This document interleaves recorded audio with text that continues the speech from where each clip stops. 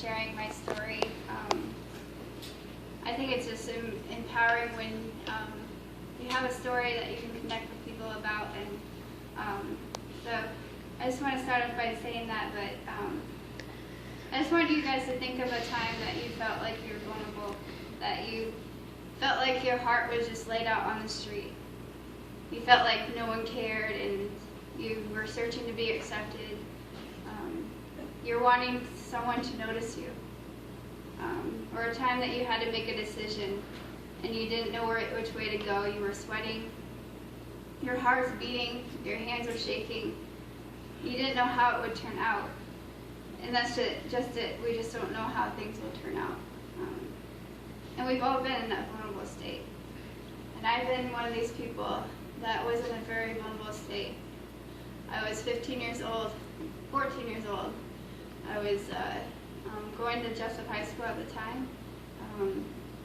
But my parents were divorced when I was 8, and I didn't really have a home to where my mom was around all the time. You know, I didn't have it's pretty much a broken home. There wasn't a lot of tension. There wasn't a lot of things to kind of continue to grow me. So I grew up in a home like that, but I also kind of exposed me to be taken advantage of by a boyfriend of mine. He was very nice at the time. He was very, very nice. For 2 months straight, he was very, bought me flowers. He did the whole thing. But 2 months after that, he kind of turned it. He's been in and out of foster homes, and he struggled, very struggled. But at the same time, he saw someone who cared, and he flipped the story and did it back onto me. He started beating me and physically abusing me, and so it wasn't a really good situation to be in. Eventually, he sexually abused me. So I was sexually assaulted when I was 15 years old. I never really got the help that I needed. I kind of isolated myself. It created PTSD through it. I had nightmares every single night. I had panic attacks every single day, anxiety, you name it. I was depressed. I didn't want to live this life anymore. I went on from that from the time I was 16 years old until I was 21. And so I just want to share my story as a part of this, just to let you know that this is real. Human trafficking isn't just defined just by one person. It can happen anywhere. It can happen to your neighbor, just by being sexually abused. And I just want to be able to share a story that can connect with you all and kind of have kind of a story. But I just want you to keep in mind that the statistics that I'm going to give are very wide and they go very unreported. So I can't give every detail. This is just what I've learned. But there's 20 to 30 million people out there enslaved in the world today. And I love this quote by Hillary Clinton. It says, "Trafficking thrives in the shadows, and it can be easy to dismiss it as something that happens to someone else, somewhere else. But that is not the case.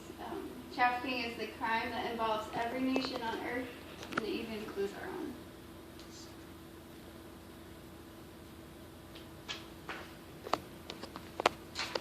So what is human trafficking? Raise your hand if you've heard about human trafficking. You know what human trafficking is. Well, human trafficking is defined as an illegal trade of human beings. They're being recruited, transported, transferred.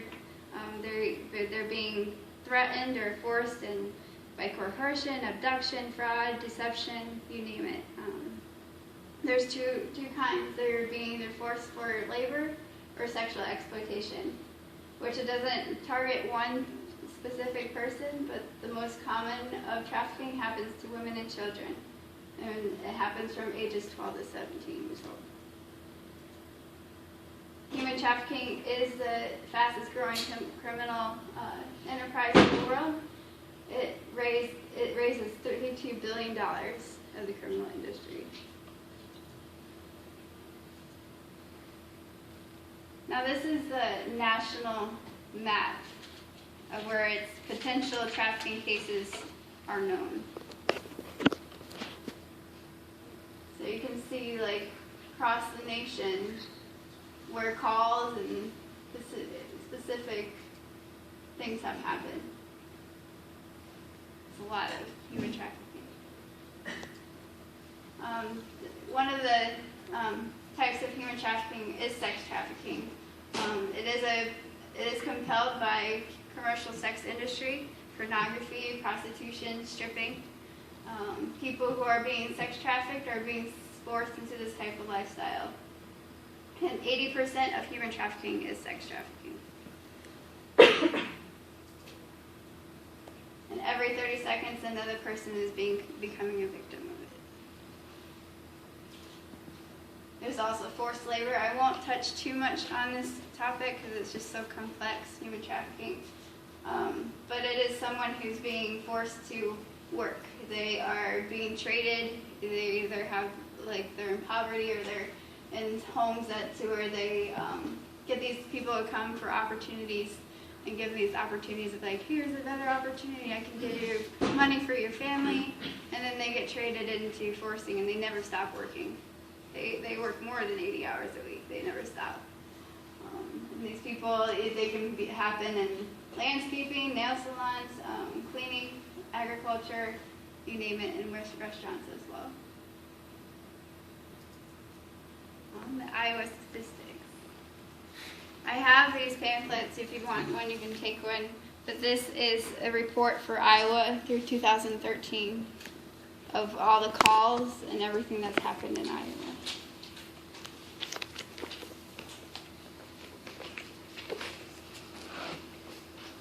But in Iowa, criminals, I mean, it's one of the biggest states between I-80 and I-35.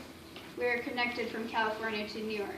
So we are one of those states that traffickers are willing to come to try to find girls and women and boys. And so they'll come here looking for anybody who is vulnerable in that vulnerable state.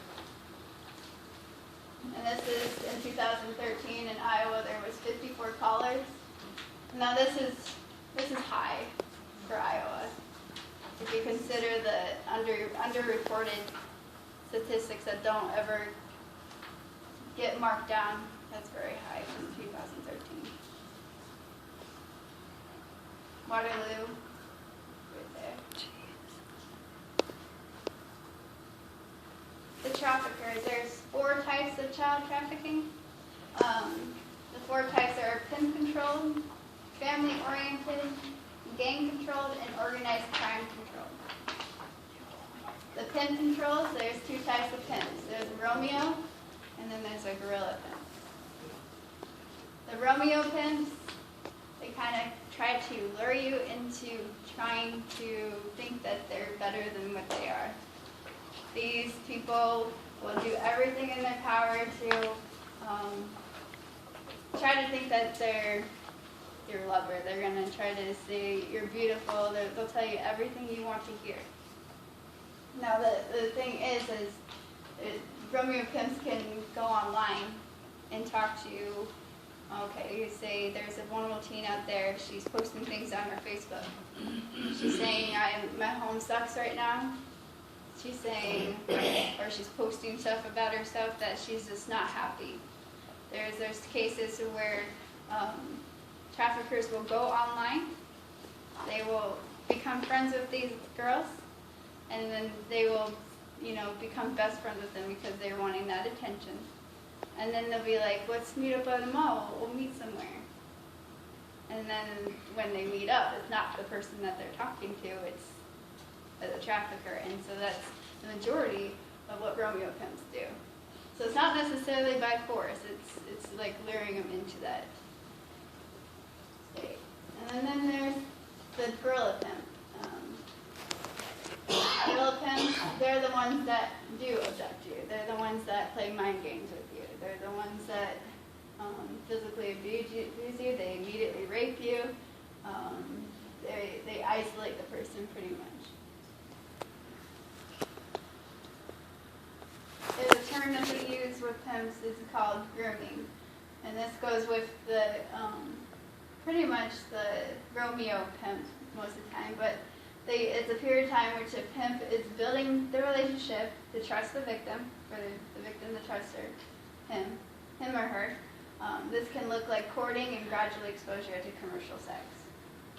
They will often spend days and weeks and even months developing and chipping away at their boundaries. So it doesn't matter. The other form is family controlled. The incest is a major component to this.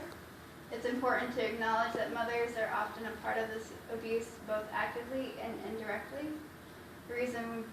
Another reason is children are very vulnerable due to the dependency on their mom and dad. When you're really young, you're very dependent on the people that are taking care of you. And victims may feel shameful or obligated in secrecy with family-controlled ones. Victims may be physically or emotionally isolated as well. Prevention tip here, I just want to point out that therapy and parenting education for adults is very important early on. If there's something in your families or in people's families that they need to take care of themselves, or like if the parent is struggling with something traumatically that they experience early on, I think it's very important that they need to get healing for their trauma, and so that it'll pass it down to their children. There's also gang-controlled child sex trafficking, and they pretty much go along just right with the pimps. Gangs are pimps. They do everything that the gorilla or the Romeo pimp will do. And the victims? There isn't one consistent form of human trafficking. It doesn't exclude anybody. You can be a woman who is, going to college. You can be a foreign national. You can be a U.S. citizen. You can be well educated, no education. You can be in poverty. You can be rich. It doesn't matter what you're in, but anyone is at risk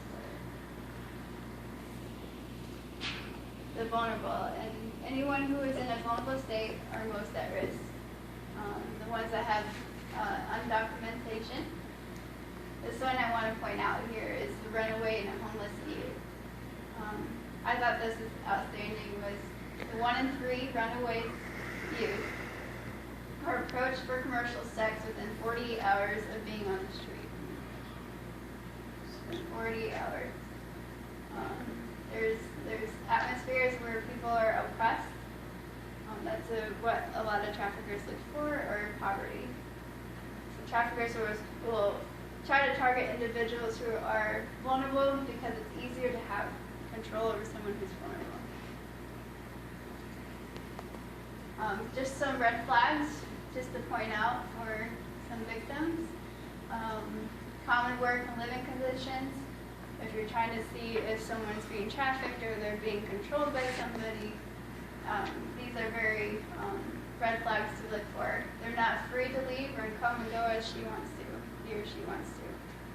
For me, when I was being pretty much held captive by my boyfriend, I couldn't say anything. I couldn't wear certain things. I couldn't really leave his home. My situation was very secluded into what he wanted. My family was threatened, and so I wasn't able to go, say or do or go anywhere I wanted. It was all in his control. But if the person is under 18 years old and is providing commercial acts, it's sex trafficking.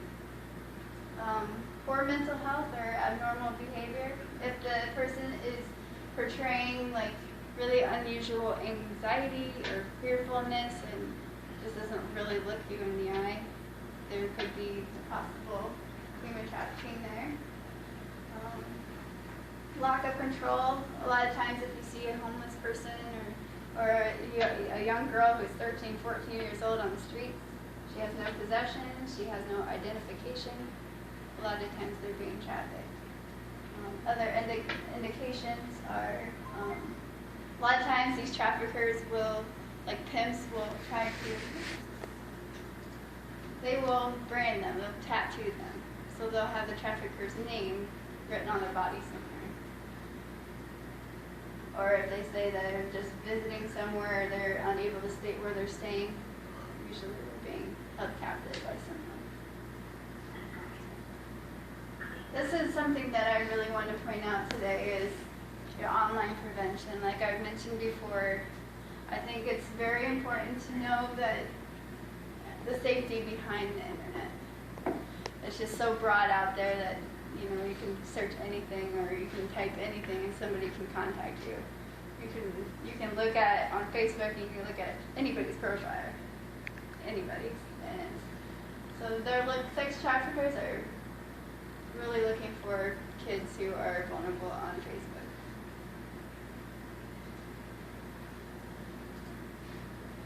Pornography is a huge one. This is a really big issue that connects to human trafficking.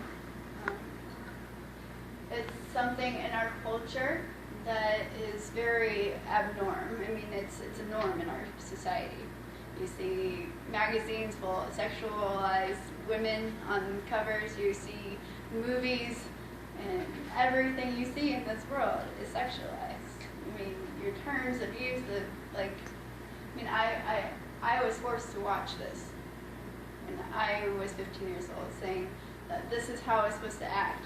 This is how I'm supposed to be. This is how beautiful I'm supposed to be. So I believe this. And then there's these 12-year-olds, sometimes they're younger, sometimes they're 5, 6 years old, 7. And they're being placed in front of the pornography, saying, this is what you're going to do for your life. So a lot of times these people will if you're watching pornography or if you're involved in pornography or you think it's okay, sometimes the people that you're watching are being forced to be doing that stuff. Or they got trafficked and now they think that's the way they're supposed to live. Just some common myths and misconceptions. I'm not going to go over all of them because there's so many of them. I do have some flyers on the back table that have all the misconceptions back there if you want some. They're back there. But just want to point out a couple of them. Myth number 1, under the federal definition, trafficked persons can only be foreign nationals and are only immigrants from other countries. In reality, it's not. It's not true. It can be anybody who is a U.S. citizen or from a different country. Myth number 2. Trafficking is essentially a crime that must involve some form of travel, transportation, movement across state or national borders. It does not require transportation. There is some forms of human trafficking where people do get transported. They get transported across the nations. There's 100,000 to like 300,000 people getting trafficked just into the U.S. from other countries being trafficked in here. So it's happening, but there's a difference between there's like smuggling, what they call it. There's human smuggling that's going on, and that's being transported. It doesn't necessarily go along with forms of human trafficking. So there's a very broad thing. Another one that hit home for me was victims of trafficking will immediately ask for help or assistance and will identify as a victim of a crime. I'm going to tell you, like, when I was held captive, when I was a victim of sexual abuse, and even beyond that, I encountered relationships where someone asked me if he could be my master. You know, I've been in forms of when I thought that was okay. And so victims not necessarily are going to say, I need help, because now they're living a life that this is a norm for them. Like, there's a book out there that I'm reading. It's called Walking Prey. It's by Holly Austin. I don't know if they have it here in the library, but it's a very good book on, she got trafficked, and she was a victim of human trafficking. She got trafficked, and she didn't really understand, she was just one of those curious teens. She wasn't really getting paid attention to at home. And so she went and got curious at the mall and said hi to somebody who was older than her. He became friends with her, and they talked on the phone like night and day. And then about a month later, they met at the mall, and she got trafficked. Now, to her, that was saying she got an escape, and they helped her run away. Now, to her, when you go up to her and say you're in slavery, do you think that she's going to respond to that, saying that she's in slavery? A lot of times, these victims will not think they're in slavery because this has become their life. Because they're being fed lies of this is who they are. But for me, I didn't know I was a victim. I just thought I was a norm for me, that's how I was supposed to be. So a lot of times victims will not seek help. They're looking for help. They just don't know how to get help. What can we do in prevention? Again, there's too many teens and parents and children that don't really hear about child sex trafficking. It's one of those world issues that sometimes it's easy to just kind of turn your back or turn your cheek and not really worry about it. I mean, I hear stuff in Israel going on right now, and sometimes it's easier just to turn my cheek rather than listen to it. There's a lot of stuff. But I think it's very important on any issue, but especially human trafficking, it's educating ourselves, not just ourselves, but our communities. It's very important for combating a crime like this. What can you do? The biggest thing that you can do is get involved. Get involved in your community. Victims of commercial sexual exploitation, including sex trafficking, are kids who have fallen through the cracks within the system. Supporting an organization that provides services to vulnerable children and their families helps combat this crime. Examples of programs. You could get involved in programs like preventing abuse or neglect of children. I'm a CASA, which is a court-appointed person to help in the court system. I'm a voice for a child. So these children who are going in and out of foster homes, they're getting tossed from home to home, they're not really having any stability, they have more of a chance of running away and not having any form of anything, no teaching, no forming their education or anything.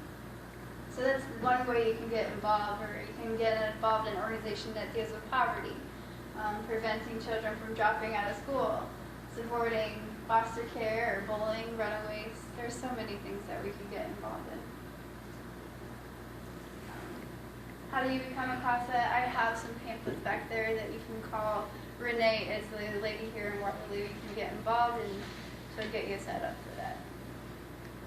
But it's a very cool program. They'll get a case, and then you get a case for like 1 year. And this child, you get to pour into their life, and you get to be a voice for this child.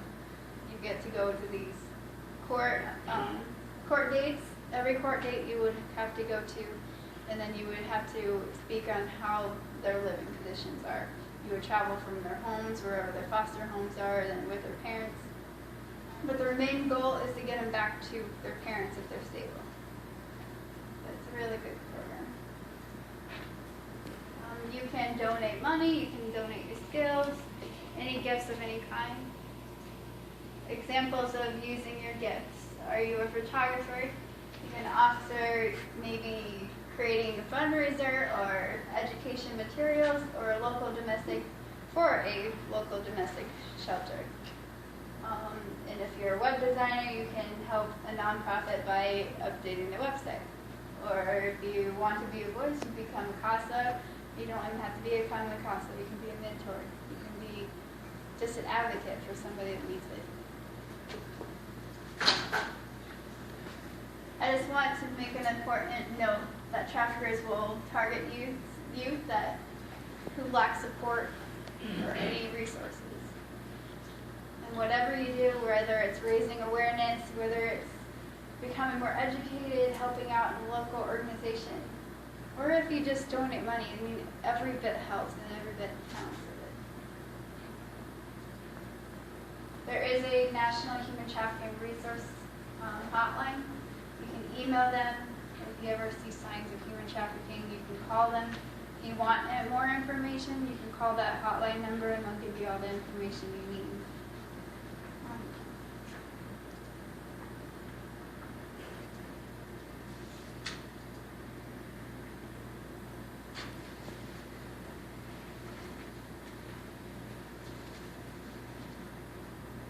So I just want to point out that we can do something about this.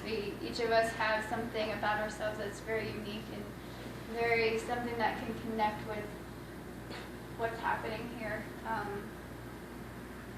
Whether, again, just becoming more educated on it. Doing something in our community that brings justice and freedom to other people. Sharing your story. And it's not easy always to share your story, but once you're free from your story and that you're able to kind of share it for other people, it's not about yourself anymore, it's more about kind of trying to connect with other people and seeing if you can help one more soul have that hope, you know. That does all the difference. We can't do everything, obviously, not one person can do everything, but there's something about each and every one of us in this room that can play a part. Whether it's praying, whether it's whatever you do, your job, you can educate yourself or get the help you need. When I first started hearing about human trafficking, I was going to Kaplan University at the time, and I was going to do a project over like suicide or PTSD or something that I could relate to. And then the teacher asked me what I was going to do, and I didn't know what I was going to do. And she asked me again, and I'm like, human trafficking. I'm like, what? And then it became more than, once I did the research and everything like that, it became more than statistics, it became more than information, it became my life, it became a passion for me. It became something that, when I knew that I was held in bondage, or the pornography that I was involved in, or the things that I was looking at was contributing to this cause, it's a part of my life. That's a part of all our lives if we're involved in that stuff. It's part of our culture. So it's just, we can bring hope. We can bring our stories to where we can have people have no more chains in their lives, none of that. So I just want to encourage you guys all, if you feel led to do something about it, I have resources back there. I have a list of books. I have a list of movies that you can watch. I have different organizations that are on that paper. Everything that you can get involved in. Do something. If any questions, I will answer them to the best ability. Yeah. Do you have any statistics as to are there any statistics on the type of individuals that are actually running these human trafficking rings? It's obviously organized. Mm-hmm. Well, the statistics that I've gotten are from the Polaris Project, and there wasn't very many